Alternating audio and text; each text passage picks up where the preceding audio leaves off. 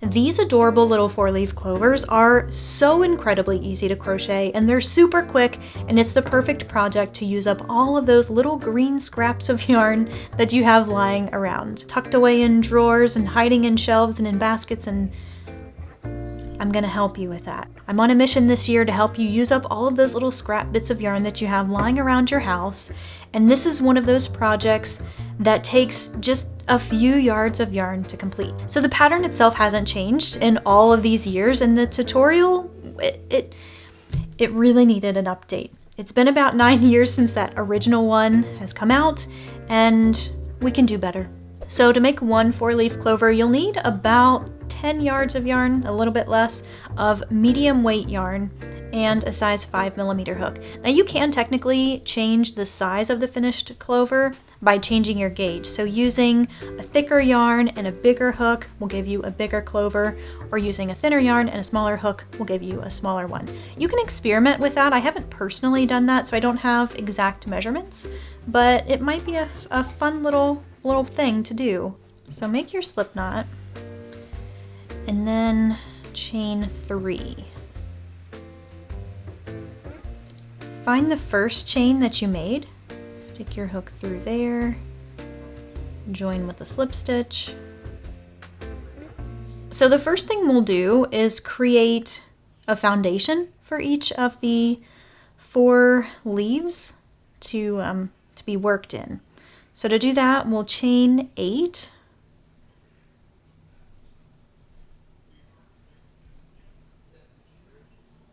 And then slip stitch in the middle of your ring here. So that's the first one. We need to do that a total of 4 times.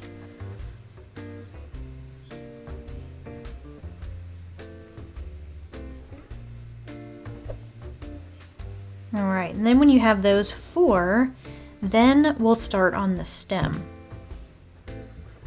For this one, you'll chain 10.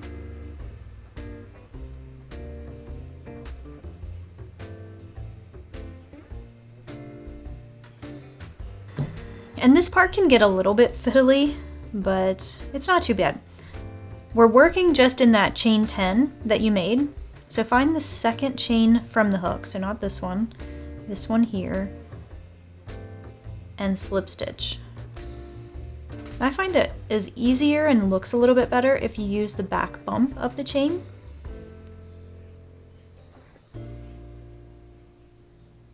And you'll slip stitch in every single one. So we started with 10, right? But we skipped the first one. So we'll have a total of 9 slip stitches here.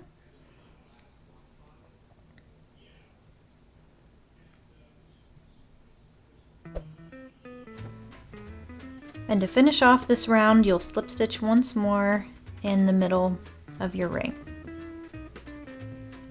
Now it's actually quite perfect. There's a little bit of just natural curving that happens with the stem, and it kind of looks perfect. From here, we're working on our first chain 8, and we want to work a combination of stitches that look sort of like a clover petal, leaf, whatever those are, I don't really know. First, single crochet, then half double crochet, 4 double crochets,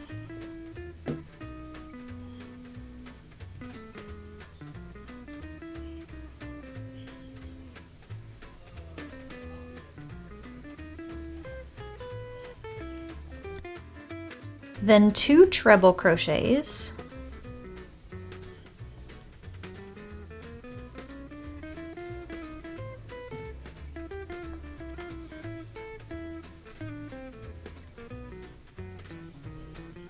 then a double crochet, a half double crochet, a single crochet, and that's the halfway point. So then we're going to work everything in reverse. So half double crochet, double crochet, 2 trebles,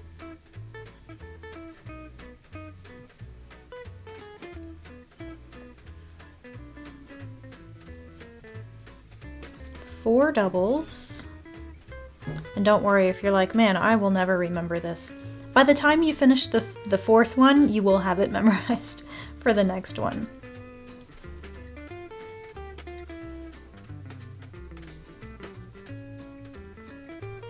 And then a half double crochet and a single crochet.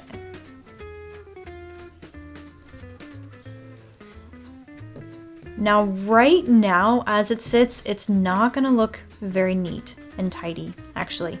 When you slip stitch to the center of the ring, it really, really helps a lot with the shape. Now you'll just work that same stitch combination for all of your chain 8 spaces. And if you're wondering, the pattern is completely free on my website. You can check it out at the link in the description below. I'll also make a pinned comment, and that way you don't have to try to memorize this. You can just look right off the pattern as you go. Now, a little tip that I have too is to scrunch everything over. So when you've reached that halfway point or the single crochet there kind of up at the top, scooch everything over. I know, I don't even think that's a word. Scoot your stitches over so that it's about halfway. And that way they're positioned where they need to. It'll help with the overall shape. It also helps to scoot them along as you crochet them as well. So I usually work a couple of stitches, scoot them over, and keep going. Some ideas I had for these are to turn them into earrings. I think that would be super fun and cute for St. Patrick's Day. But also, if you're not like an earring person, you could hot glue like a pin to it and wear it on your shirt. I'm curious though, what ideas do you have for these? Like, what do you plan on attaching these to, or how do you plan on using them? If you notice that you have a little bit of room left over at the end, don't worry about that a whole lot. By the time you slip stitch it, you can't even tell that there might be a little bit of extra space there. See, I told you you would have the stitches memorized by the time you finish the 4th one. Alright, make a slip stitch in the center of your ring one last time, and then we can fasten off.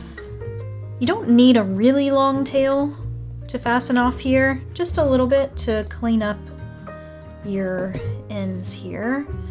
You can just pull straight up on that, and it's gonna be a total wreck right now, right off the hook. It gets super scrunched and really wonky in your hand as you're crocheting it, but it's so easy to fix. Now, I personally like a little bit of an opening to it. Like, there's a teeny little opening there. I kind of like that, so I don't pull this too tight. I'm really just weaving it around so that I can feel comfortable trimming that off. Pull it straight through the middle, and that'll pull that closed so it looks nice and neat. And then honestly, just do the same thing. You can run it around the opening there in the middle, or you can very easily run it under all of these stitches for one of your leaves.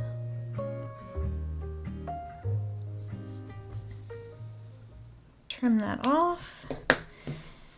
And you don't really have to wet block these. Actually, finger blocking goes a long way.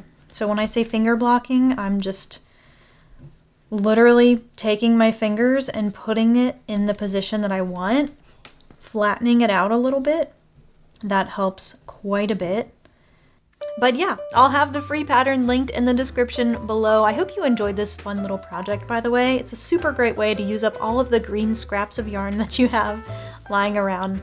The free pattern will be linked in the description below as well as in a pinned comment. Or if you want to support the channel or you just like the convenience of having a printed version or a PDF version saved to your device, I'll have that option linked in the description as well. If you go to B.Hooked.com, that's where all of our PDF patterns are. We've got some pattern bundles as well as some tees, your Crochet is Cool tees and your classic B.Hooked tees. Thank you all so much for the support there. Happy hooking, and I'll see you in the next one.